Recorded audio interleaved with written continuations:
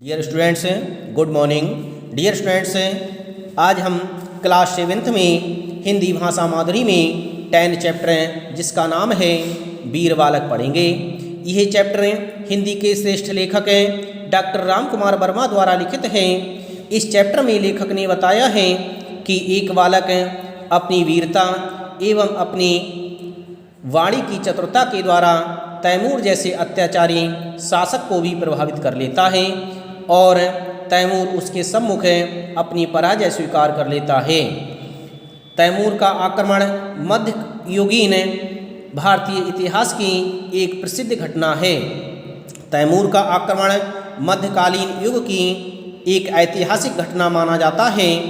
प्रस्तुत एकांकी इसी घटना पर आधारित है। डॉक्टर राम कुमार वर्मा ने इस एकांकी को इसी घटना पर वर्णित किया है। इस एकांकी में यही घटना वर्णित की गई है।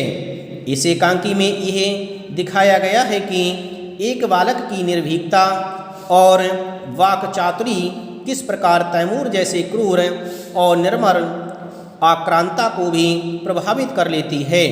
डियर स्टूडेंट्स, इस एकांकी में लेखक ने इसी विषय पर वर्णन किया है कि एक बालक अपनी निर्भीकता का अर्थ होता है निडरता, जो बिना डरे हुए और अपनी वाणी की चतुरता के कारण तैमूर जैसे क्रूर और अत्याचारी शासक को भी प्रभावित कर लेता है और तैमूर उसके सामने अपनी पराजय को स्वीकार कर लेता है।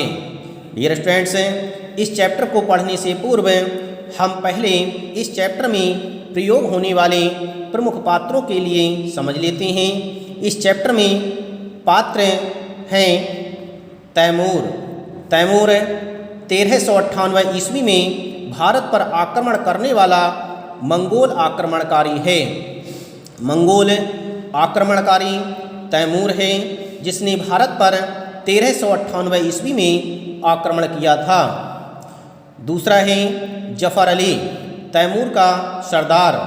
जफ़र अली तैमूर का सरदार है। कल्याणी एक ग्रामीण स्त्री है। अली बेग तैमूर का सिपाही है।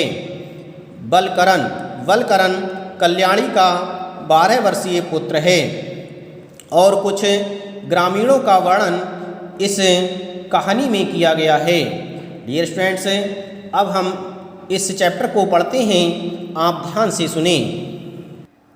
डियर स्टूडेंट्स, कल्याणी अंगीठी के पास बैठी हुई है, कोयले डालकर आग तेज कर रही है।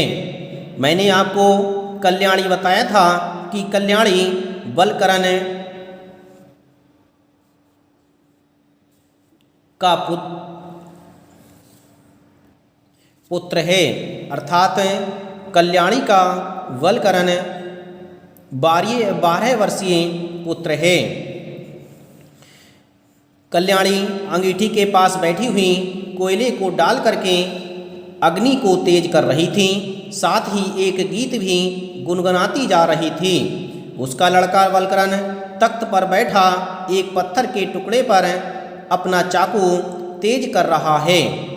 इस तरह से कल्याणी अंगीठी को जला रही थी और साथ में गीत भी गुनगुनाती चली जा रही थी। उसका लड़का बलकरन तख्त पर बैठा हुआ था और वह पत्थर के टुकड़े पर अपने चाकू को तेज कर रहा था, अर्थात चाकू पर धार लगा रहा था। बलकरन कहता है, चाकू को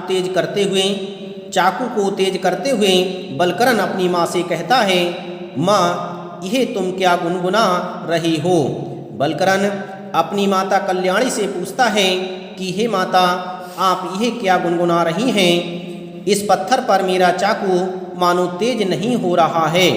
मैं अपने चाकू को तेज कर रहा हूँ, मेरा चाकू तेज नहीं हो पा रहा है। कल्याणी अपने पुत्र से कहती है, क्या तेरा चाकू भी मेरा गाना सुन रहा है? कल्याणी अपने पुत्र से कहती है, क्या तेरा चाकू भी मेरे गाने के लिए सुन रहा है? पास आकर नीचे दरी पर बैठते हुए, पर आज चाकू तेज करने की तुझे क्यों सूझी? आज तो मेरी वर्षगांठ है। वह कल्याणी अपने पुत्र से कहती है कि तुझे आज चाकू पर धार लगाने की क्या आवश्यकता हो गई। आज तो मेरा